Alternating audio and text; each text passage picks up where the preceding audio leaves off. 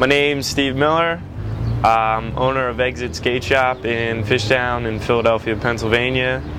Skating half my life, and I'm just trying to get involved with Franklin's Paine as much as possible to try and get first skate park and as many skate parks going in the city as we can possibly get. Does your mother know I'm here? For me, I grew up, born and raised in Philadelphia, and I started riding a skateboard at a very early age, and almost like everyone's story, I just saw a kid in the neighborhood riding one, and I was so psyched and I wanted to be a part of it.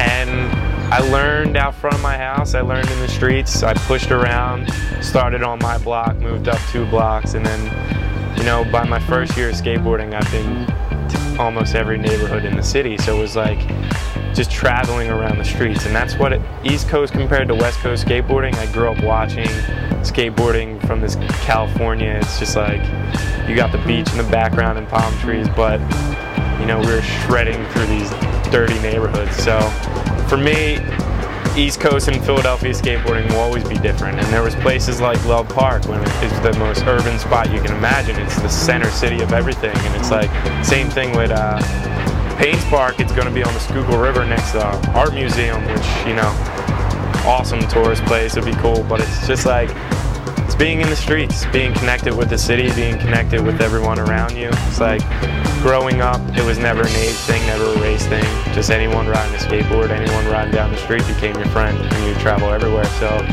for me, it was just always about being connected to your friends, being connected with the city, and just knowing what's going on around you.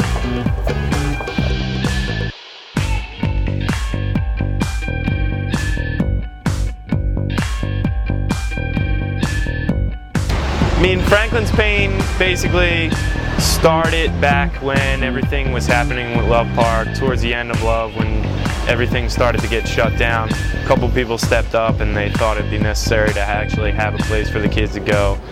Once something as monumental as Love Park gets shut down, there was nowhere to go. So they basically stepped up for everyone and started plans for Schuylkill River Park. And under that, they're going to take care of a couple other parks after Schuylkill River, but that's our first step. And then just keep it rolling, get somewhere to go for the kids.